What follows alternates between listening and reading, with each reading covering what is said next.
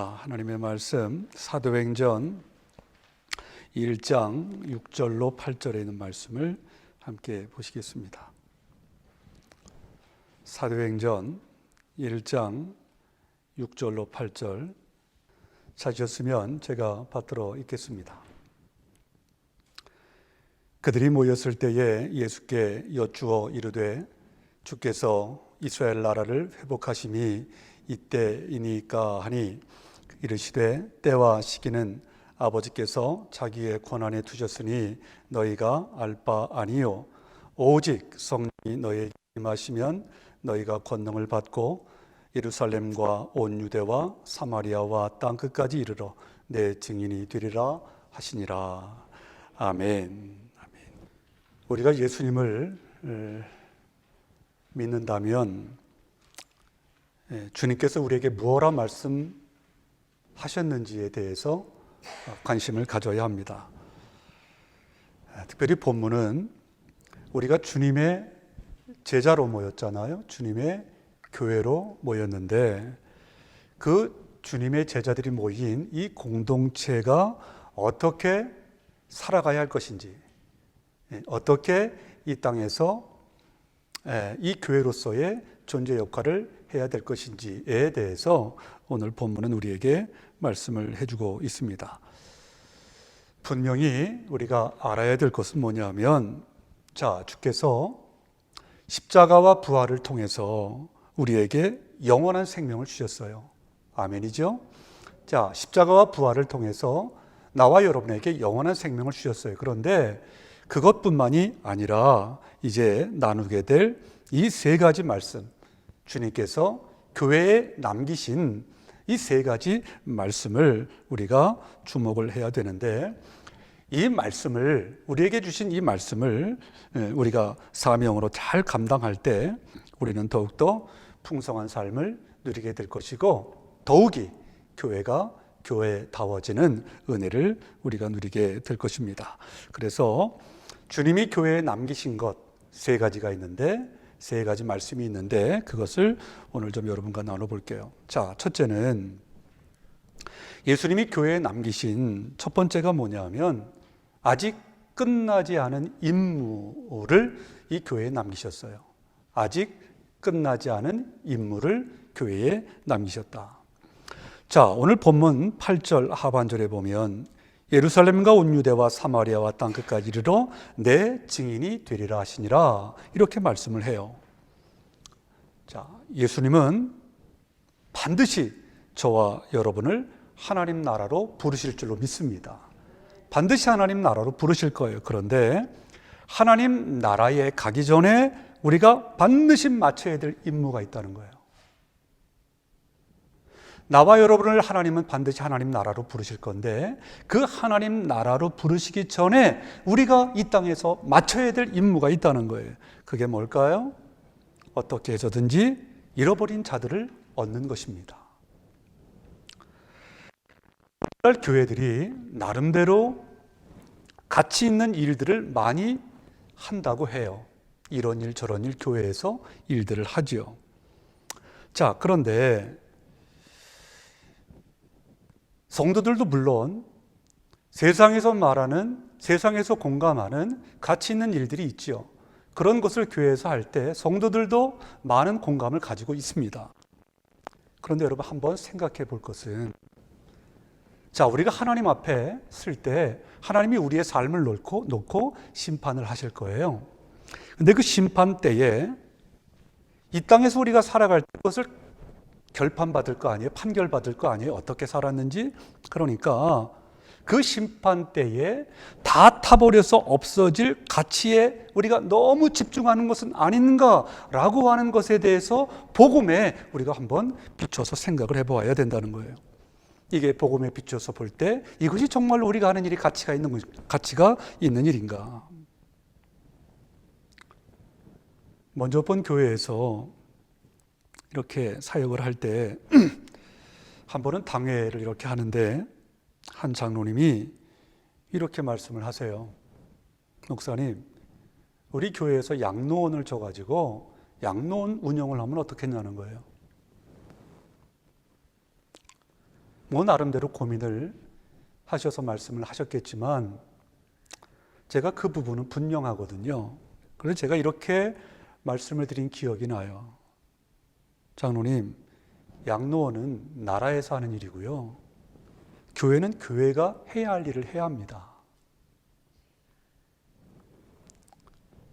제가 참 마음이 아팠던 것은 그렇게 말한 그 장로님이 전도하지 새생명 축제 하지 말라고 하신 분이거든요. 난 그게 너무너무 마음이 아파요. 교회의 사명이 뭔데? 여러분, 교회가 세움받은 가장 큰 목적, 이 땅에 주님은 승천하셨잖아요. 승천하시면서 당신의 몸을 남기셨는데 그 몸이 뭐예요? 바로 교회잖아요. 그러면 이 교회, 주님의 몸 된 교회를 남기신 목적이 있을 거 아니겠어요? 그 목적이 뭐예요? 생명을 구원하는 일이에요. 만약에 이것을 놓친다면 교회는 더 이상 교회가 아닌 거죠. 목적을 잃어버렸는데. 여러분, 그래서 우리는 다시금 주님의 명령에 집중해야 돼요. 자, 주님이 뭐라고 말씀하시느냐? 요한복음 20장 21절에 아버지께서 나를 보내신 것 같이 나도 너희를 보내니라. 주님이 말씀이에요. 아버지께서 나를 보내신 것 같이 나도 너희를 보내니라. 하나님이 주님을 이 땅에 왜 보내셨어요? 아버지의 뜻을 이루라고. 우리도 마찬가지죠. 우리도 주님이 우리를 이 세상에 왜 보냅니까? 주님의 뜻을 이루라고, 하나님의 뜻을 이루라고. 여러분, 그래서 하나님께 쓰임받기를 원하는 교회가 되려면 저나 여러분이나 이 교회가 건물이 아니라 그랬잖아요. 우리라 그랬잖아요. 이 하나님의 백성들의 모임, 이 교회가, 이 공동체가 하나님 앞에 바르게 쓰임을 받으려면 무엇보다도 우리의 최고의 임무가 아직도 주님을 모르는 사람들을 인도해야 된다라고 하는 이 명령에 우리는 순종할 수 있어야 한다는 것입니다. 중세교회가 굉장히 부패했다고 하는 것을 여러분이 아시죠? 굉장히 부패해가지고 하나님의 심판을 받을 위기에 처해 있었어요. 자, 그때 여러분 그 초대교회사나 이 기독교 이 역사나 좀 관심을 갖고 보시면 참 은혜가 되는 경우가 많아요. 그때 그러한 참 뭐라 그럴까요? 이 기독교가 그냥 말할 수 없을 만큼 쇠퇴가 되던 그때에 진리를 지키려고 일어선 이들이 있었어요. 그들이 누구냐 하면 여러분 들어보셨나요? 왈덴스라고 하는 사람들이에요. 왈데스인이라고도 말하죠. 여러분, 당시에 성경이 얼마나 왜곡이 됐습니까? 예를 들어서 교황부호설, 마리아 숭배설, 고해성사, 연옥설, 면죄부, 성경이 없는 교리들이 판을 치고 있었어요. 다 뭡니까? 위에 있는 사람들 배 채우려고. 그런 상황에서 이 왈덴스인들은 진리로 하나 되기를 작정합니다.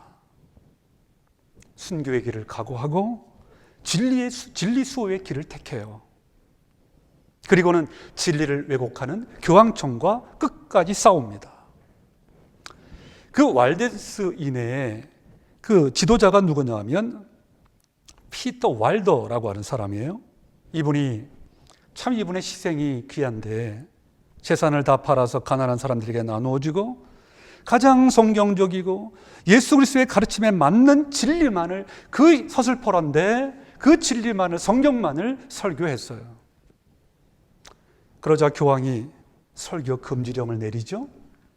그러니까 왈도가 뭐라고 말을 하냐, 이렇게 선포하면서 복음을 전했는데 나는 사람보다 오히려 하나님에게 복종할 것이다. 날이 갈수록 핍박은 더해지고, 그러니까 교황청은 십자군을 만들어요. 이름이 얼마나 근사해요. 근데 그 십자군을 만들어가지고 이들을 죽이기 시작했어요. 그럼에도 불구하고 이 왈데스인들은 진리로 더욱더 하나가 되어서 순교하여 믿음을 지켰습니다. 그런데 여러분, 역사가 증명해요.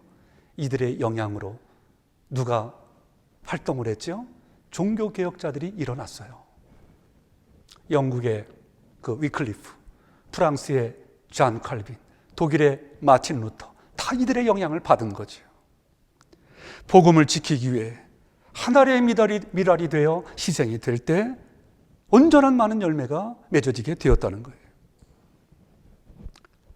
여러분, 지금 캐나다 그 자료가 없어서 그런데 미국 교회에 어떤 통계를 보니까 1년 내내 전도하지 못하는 사람들이 몇 프로일 것 같아요?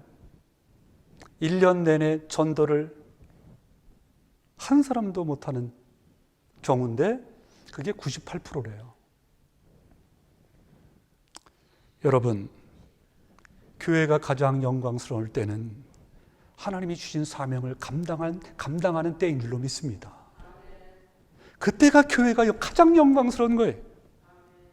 우리 제자교회는 이 사명을 온전히 감당함으로 말미암아 하나님의 영광을 드러내는 귀한 교회가 되어야 할 줄로 믿습니다. 또 하나 교회에 주신 사명이 있어요. 교회에 주님께서 남기신 것이 있어요. 그게 뭐냐? 우리에게 잃어버린 영혼을 찾으라고 하는 임무만 주신 것이 아니라 또 하나가 그 누구도 시비할 수 없는 메시지를 주셨다는 거예요. 이 교회에. 여러분, 예수님께서 이 땅에 계실 때 서기관들, 바리새인들, 유대인들 얼마나 그런 사람들이 예수님의 메시지에 뭡니까? 반복해서 도전을 했습니까? 예수님의 말씀만 전하면 방해하고 도전하고. 여러분, 오늘날에도 예수님의 사역과 예수님의 메시지는 의심받고 모든 영역에서 도전을 받고 있어요. 지금 죄송한데 미국은 지금 정말 위기입니다. 위기. 캐나다도 물론 마찬가지, 토론토 말할 것도 없고. 여러분, 그러나 감사한 것은 우리가 지금 믿고 있는 이 메시지는 사람들이 어떠한 시비를 걸어도, 사람들이 어떠한 도전을 해도 흔들리지 않는 메시지인 줄로 믿습니다. 여러분, 그렇다면 그 교회에 남기신 주님이 주신 그 메시지의 핵심은 뭐겠어요? 간단하게 다시 한번 보면, 첫째는 예수 그리스도의 동정녀 탄생이에요. 예수님의 동정녀 탄생. 여러분, 이 동정녀 탄생을 믿지 못한다면 우리 교회는 문을 닫아야 돼요. 동정녀 탄생을 믿지 않는 사람들의 예배는 예배가 될 수 없어요. 여러분, 믿으시면 아멘.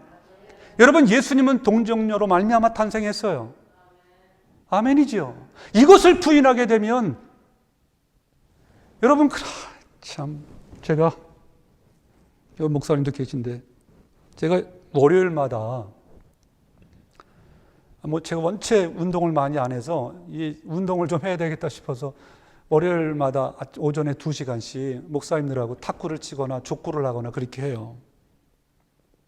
그런데 목사님들 운동을 하고 났는데 어느 날 같이 모인 목사님 가운데 한 분이 캐나디안 교회를 사역하시다가 은퇴를 하신 목사님이 계세요. 근데 이분이 대화를 하는데 엄청난 말씀을 하시는 거예요. 뭐라고 말씀하시냐면, 목사님들은 아직도 예수님이 동정녀에게서 탄생한 것을 믿으세요?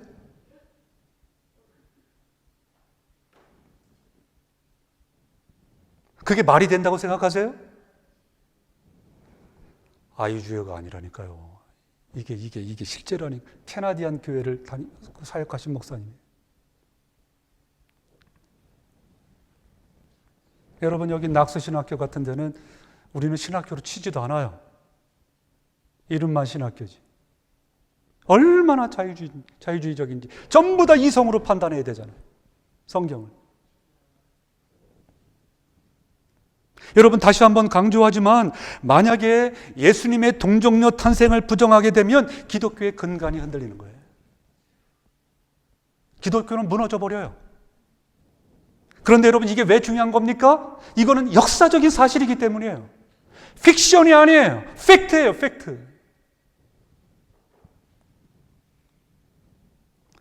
사랑하는 여러분, 분명히 아셔야 돼요. 우리에게 주신 메시지 중에 하나, 예수 그리스도는 동전여에게서 탄생한 줄로 믿습니다. 이 진리를 수호해야 돼, 반드시. 또 하나, 우리가 가지고 있는 또 하나의 메시지는 뭐냐 하면 주님의 십자가의 은혜입니다. 우리의 죄가 얼마나 크든지 간에, 우리가 어떤 죄를 지었든지 간에 이 십자가에서 흘리신 보혈이 다 정결케 할 수 있을 줄로 믿습니다. 모든 사람을 구원하기에 충분하다는 거예요. 성경은 우리에게 로마서 1장 16절을 말씀해요. 같이 해요. 시작. 복음은 모든 믿는 자들에게 구원을 주시는 하나님의 뭐예요? 능력이 됨이라. 능력이 됨이라. 복음은 모든 믿는 자들에게 구원을 주시는 하나님의 능력이 됨이라.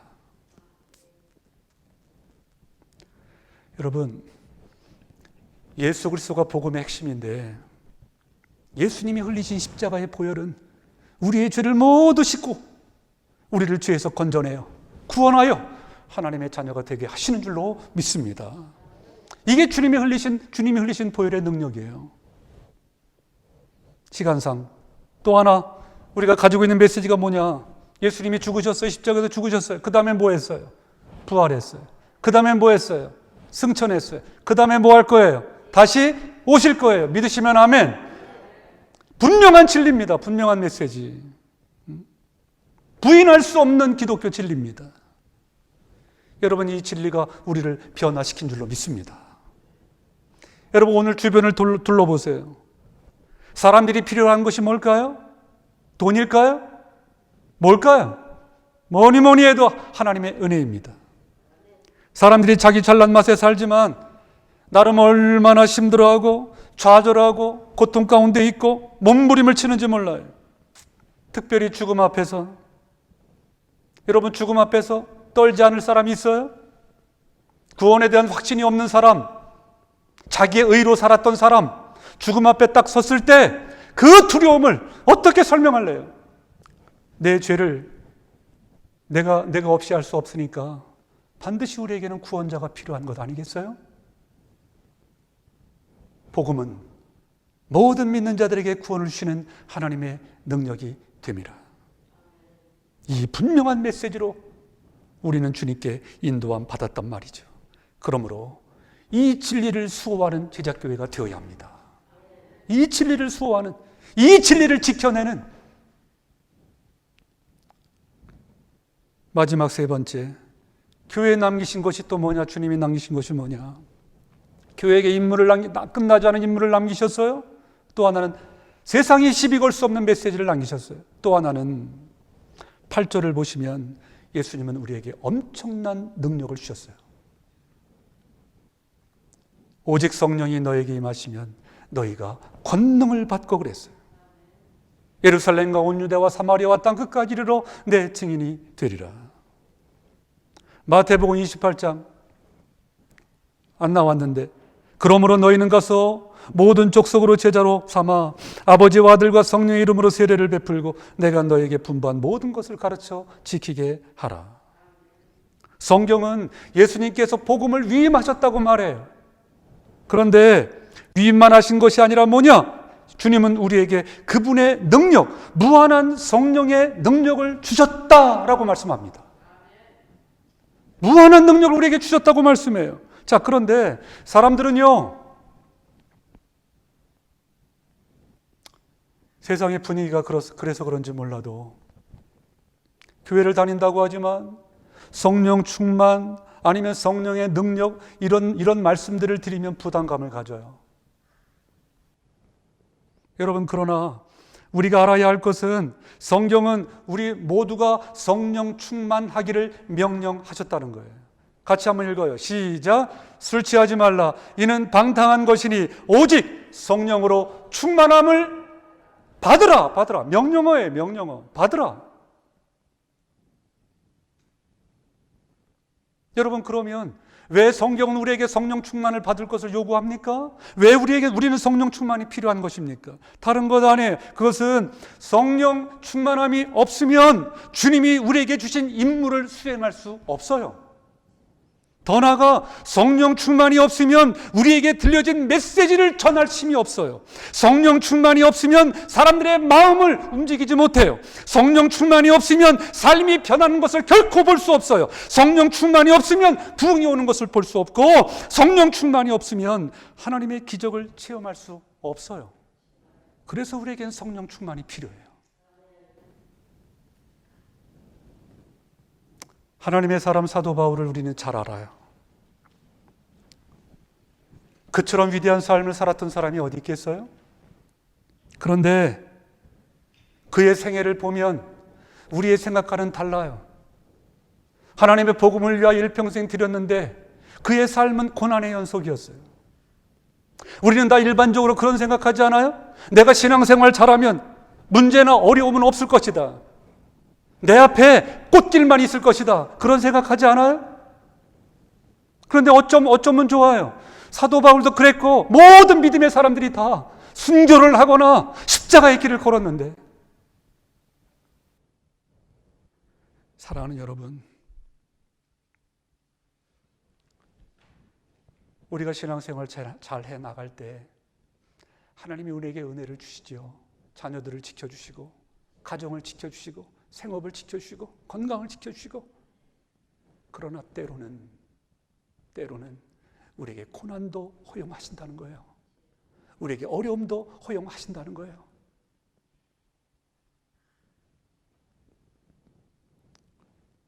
사도 바울은 너무너무 힘들었어요. 육신적으로 볼 때. 그런 사도 바울이 로마서 8장에서 이렇게 고백해요. 그 고난의 연속, 여러분 사도 바울을 아시잖아요. 그런 사도 바울이 어떻게 고백하느냐? 누가 우리를 그리스도의 사랑에서 끊으리요? 환난이나 곤고나 박해나 기근이나 적신이나 위험이나 칼이랴. 기록된 바 우리가 종일 주를 위하여 죽임을 당하게 되며 도살당할 양같이 여김을 받았나이다 함과 같으니라. 그러나 이 모든 일에 우리를 사랑하시는 이로 말미암아 우리가 넉넉히 이기느니라. 넉넉히 이기느니라. 우리가 성령 충만함을 받아야 되는 너무너무 중요한 이유 중에 하나는, 하나님이 다 허용하신 것이지만 사단이 우리의 삶의 시험과 고통과 문제들을 가지고 와서 우리들을 묶으려고 하고 우리들을 무너뜨리려고 할 때, 그때 우리는 의심할 수 있고 좌절할 수 있고 낙담할 수 있고 절망할 수 있어요. 그러나 그렇게 하지 않고 그러한 절망과 낙담에 빠지지 않고 일어나서, 사단이 아무리 우리를 어렵게 해도, 사단이 아무리 우리를 힘들게 해도 그럼에도 불구하고 좌절하거나 낭망하지 말고 일어나서 하나님께 소리 높여 감사하는 사람이 되어야 하기 때문에 성령 충만해야 합니다.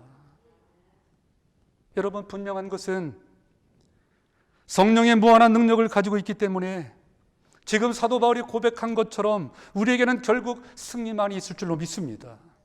그리고 중요한 것, 이 승리는 누가 경험할 수 있느냐? 이 승리는 자신을 온전히 성령 하나님께 맡겨드린 사람에게 주어진다는 거예요. 내 멋대로 교회를 다니면서 내 멋대로 내 마음대로 사는 사람에게 이 승리가 주어지는 것이 아니라 자신을 온전히 성령 하나님께 맡겨드린 주님의 사람, 그런 사람들에게 이 승리는 주어진다는 것입니다. 빌립보 감옥에 갇힌 바울과 실라가 깊은 밤에 하나님께 찬양을 드렸어요. 저는 그 찬양의 제목이 뭔지 모르겠어요. 그러나 한번 생각해 보는 거죠. 갈보리 산 위에 십자가 섰으니 주가 고난을 당한 펴라. 험한 십자가를 내가 사랑함은 주가 보혈을 흘림일세. 죄의 승리를 얻기까지 주의 십자가 사랑하리. 빛난 면류관 받기까지 험한 십자가 붙들겠네.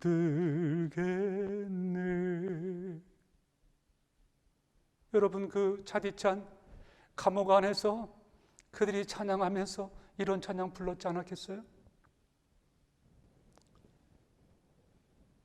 전능하신 하나님을 신뢰하고, 내가 육신이 지금 감옥에 갇혀 차가운 바닥에서 고통 가운데 있지만 그래도 살아계신 하나님, 나를 지금도 바라보고 계신 하나님, 나를 신뢰하고 계시는 그 하나님, 그 하나님을 생각하면서 찬양을 하나님께 올려드릴 때 하나님이 얼마나 그 찬양에 감동을 하셨을까 생각해 보는 거죠. 여러분, 그 찬양을 하나님이 받으신 줄로 믿어요. 그 찬양을 받으셨기에 응답으로 누굴 보내셨어요? 천사를 보내셨잖아요. 천사를 보내셔서 그 창소를 흔들었어요. 마귀가 그들을 묶었을지라도, 그들이 매를 얻어맞았을지라도 그 밤이 다 지나고서 옥문이 활짝 열리고 간수가 회개하는 성령의 역사를 여러분이 아시기를 바랍니다. 그런 성령의 역사가 일어났다고 하는 것을. 그래서 그것이 하나님께서 우리 마음 가운데 내주하시는 성령을 통하여 우리가 이용할 수 있도록 만들어 놓으신 무한한 능력인 것입니다. 오늘 본문 사도행전 1장 8절을 다시 한번 보세요. 오직 성령이 너에게 임하시면 너희가 권능을 받고, 오직 성령이 너에게 임하시면 너희가 권능을 받고. 여러분, 예수 그리스도를 믿는 자에게 성령이 임하는 줄로 믿습니다. 성령이 임하면 뭘 받아요? 권능을 받아요. 권능을 받아. 권능이 딴 사람이 받는 게 아니라니까. 예수 그리스도를 믿어 구원함을 받으면, 성령을 모시면 성령이 모신 자에게 권능이 임하는 줄로 믿어요. 여러분에게 권능이 있는 줄로 믿어요. 여러분, 그 권능 가지고 뭐 하실래요?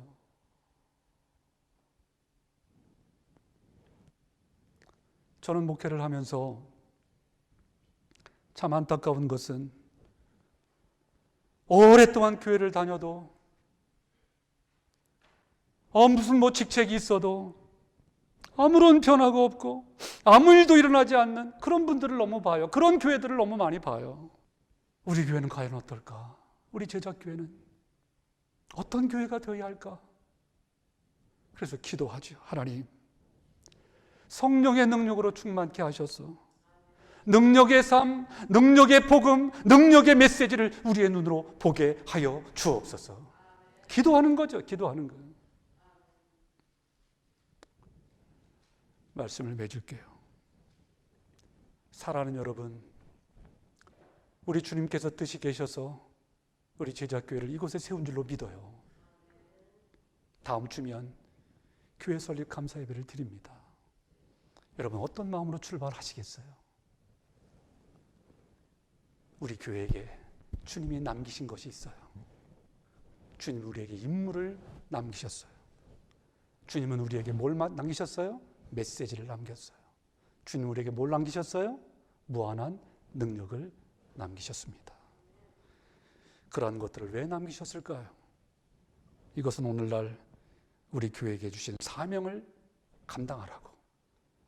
이 세 말씀을 우리가 붙들고 나갈 때 이 사명을 능히 감당해 낼 줄로 믿습니다.